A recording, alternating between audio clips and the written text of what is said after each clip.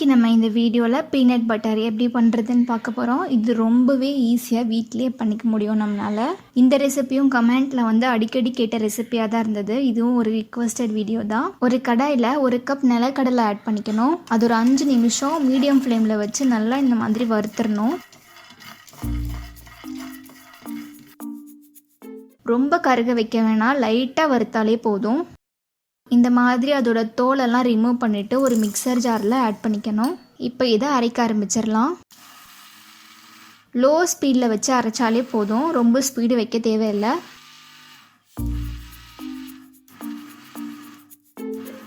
இப்போ நிலக்கடலையை அரைக்கவே அந்த மிக்சர் ஜாரில் போய் நல்லா எல்லா பக்கமும் ஒட்டிக்கும். அந்த ஸ்டேஜில் மூடியை ஓப்பன் பண்ணிவிட்டு 1 டேபிள் ஸ்பூன் பவுடர் பண்ண சர்க்கரையை இதில் ஆட் பண்ணிக்கணும். இதில் வந்து நம்ம நாட்டு சர்க்கரை கூட ஆட் பண்ணிக்கலாம். அப்படி இல்லைனா 1 டேபிள் ஸ்பூன் தேன் கூட ஆட் பண்ணிக்கலாம். இது வந்து உங்களோட இஷ்டம் தான், எது வேணாலும் ஆட் பண்ணிக்கலாம். ஆனால் வெள்ளை சர்க்கரையை அப்படியே நம்ம டைரெக்டாகவே ஆட் பண்ண முடியாது. ஆட் பண்ணிட்டீங்க அப்படின்னா நெருன்னு இருக்கும், அது அரைப்படாது சீக்கிரமாக. அதனால தான் வெள்ளை சர்க்கரை ஆட் பண்ணுறதா இருந்துச்சுன்னா நீங்கள் பவுடர் பண்ணி ஆட் பண்ணிக்கணும். நாட்டு சர்க்கரை, கரும்பு சர்க்கரை இதெல்லாம் வந்து டைரெக்டாகவே நம்ம ஆட் பண்ணிக்கலாம். இது கூடயே தேனும் வேணும்னாலும் ஆட் பண்ணிக்கலாம். திருப்பியும் மீடியம் ஸ்பீடில் வச்சு அரைச்சாலே போதும். இது வந்து மிக்சர் ஜாருடைய ஓரத்தில் போய் நல்லா ஒட்ட ஆரம்பிச்சிரும். இந்த மாதிரி நம்ம ஒரு ஸ்பூன் வச்சு எடுத்து விட்டு அரைக்கணும். இந்த நிலக்கடலையில் இருந்து எண்ணெய் வர்ற வரைக்கும் நம்ம நல்லா அரைக்கணும்.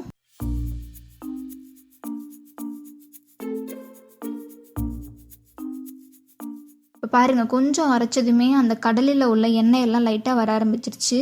திருப்பியும் அரைக்கணும்.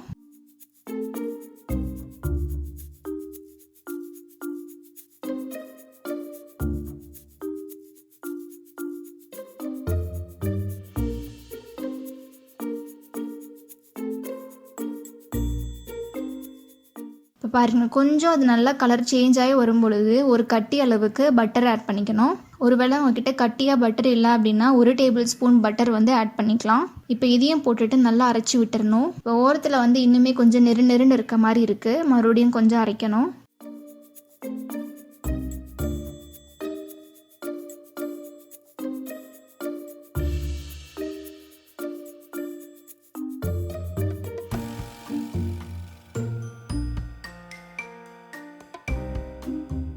இப்போ பாருங்கள், பீனட் பட்டர் ரொம்பவே சூப்பராக ரெடி ஆகிடுச்சு.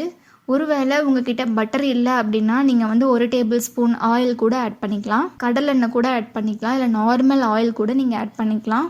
ஒருவேளை நீங்கள் ஃப்ரிட்ஜில் ஸ்டோர் பண்ணுறதா இருந்துச்சுன்னா கூட இன்னொரு எக்ஸ்ட்ராவாக 1 டீஸ்பூன் அளவுக்கு எண்ணெய் ஆட் பண்ணிவிட்டு நல்லா மிக்ஸ் பண்ணி ரொம்ப கெட்டியாக இல்லாமல் நார்மலாக ஓரளவுக்கு லிக்விடாக இருக்க மாதிரி அரைச்சி நம்ம ஃப்ரிட்ஜில் ஸ்டோர் பண்ணிக்கலாம். நம்ம ஃப்ரிட்ஜில் வைக்கும் பொழுது அது வந்து ரொம்ப ஹார்டாக இருக்க மாதிரி இருக்கும். அந்த ரீசனுக்காக நம்ம எண்ணெய் கூட ஆட் பண்ணிக்கலாம். இந்த பீனட் பட்டர் வந்து இந்த மாதிரி ப்ரெட்டிலெலாம் வச்சு அப்ளை பண்ணி சாப்பிடும் பொழுது ரொம்பவே டேஸ்ட்டாக இருக்கும். நம்ம சேனலில் ஆல்ரெடியே நுட்டெல்லா ரெசிபி வந்து போஸ்ட் பண்ணியிருக்கேன். உங்களுக்கு வேணும் அப்படின்னா நீங்கள் அதை பார்த்து கூட செக் பண்ணி தெரிஞ்சுக்கலாம். அதுவும் ஆல்மோஸ்ட் ஒரே மாதிரி தான் இருக்கும். ஆனால் அந்த நுட்டெல்லா ரெசிபி வந்து ஹேசல்நட்டு யூஸ் பண்ணி தான் பண்ணியிருக்கணும். ஆனால் நான் வந்து நார்மலாக நிலக்கடலை யூஸ் பண்ணியே பண்ணியிருக்கேன். உங்களுக்கு அந்த ரெசிபி வேணும் அப்படின்னா நீங்கள் பார்த்து செக் பண்ணிக்கலாம். இப்போ இதோட இந்த வீடியோ இங்கே முடிஞ்சிருச்சு. நெக்ஸ்ட்டு வியூவர்ஸுடைய ஃபீட்பேக் பார்க்கலாம். அடுத்து வியூவர்ஸுடைய ஃபீட்பேக் பார்க்க போயிடலாம். ஃபஸ்ட்டு ஒன் வந்து அப்துல் கனி அப்படின்றவங்க ரொம்ப சூப்பராக ஒரு கேக் பண்ணி அமைச்சிருக்காங்க. பட்டர் க்ரீம் ஃப்ரோஸ்டிங் வந்து யூஸ் பண்ணி டிசைன் பண்ணியிருக்காங்க. இது பார்க்கவே ரொம்ப சிம்பிளாக சூப்பராக இருக்குது. அதுவும் இது வந்து லேயர் கேக்காகவே ட்ரை பண்ணியிருக்காங்க. மேலே வந்து கேக்குடைய எக்ஸ்ட்ரா பீசஸ் இருக்கும் பார்த்தீங்களா, அதை வந்து நல்லா துருவி போட்டு மேலே டிசைன் மாதிரி பண்ணியிருக்காங்க. ரொம்ப சிம்பிளாக சூப்பராக இருக்குது. அடுத்து அஃப்ரின் ஷிஃபா அப்படின்றவங்க நேற்று தான் நம்ம சேனலில் காளான் ரெசிபி போஸ்ட் பண்ணியிருந்தோம். உடனே பார்த்துட்டு அந்த ரெசிபியை ட்ரை பண்ணி அவங்களுடைய ஃபீட்பேக் பிக்சரை நமக்கு ஷேர் பண்ணியிருக்காங்க. இதுவும் பார்க்க ரொம்ப சூப்பராக வந்திருக்கு. அடுத்து அக்ஷயா 14 இயர்ஸ் தான் ஆகுது. அவங்க அம்மாவோட எந்த ஒரு ஹெல்ப்புமே இல்லாமல் அவங்களாவே சாக்லேட் மூஸ் கேக் பண்ணியிருக்காங்க. நம்ம சேனலில் ஆல்ரெடியே சாக்லேட் புட்டிங்னு சொல்லி ஒரு வீடியோ வந்து அப்லோட் பண்ணியிருந்தோம். அந்த ரெசிபி தான் இது. எவ்வளோ சூப்பராக பண்ணியிருக்காங்கன்னு பாருங்கள். மேலே வந்து பவுடர் பண்ண சுகரை வந்து தூவிருக்காங்க. இதுவும் சூப்பராக வந்திருக்கு. அடுத்து அனுப்ரியா அவங்க அப்பாவோட பர்த்டேக்காக விப்பிங் க்ரீம் பவுடரை யூஸ் பண்ணி டெக்கரேட் பண்ணி ஒரு கேக் வந்து பண்ணியிருக்காங்க.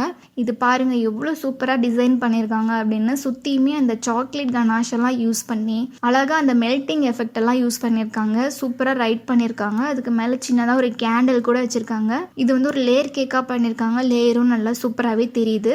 அடுத்து அஸ்லினா நமக்கு 3 ரெசிபி ட்ரை பண்ணி நமக்கு ஃபீட்பேக் சென்ட் பண்ணியிருக்காங்க.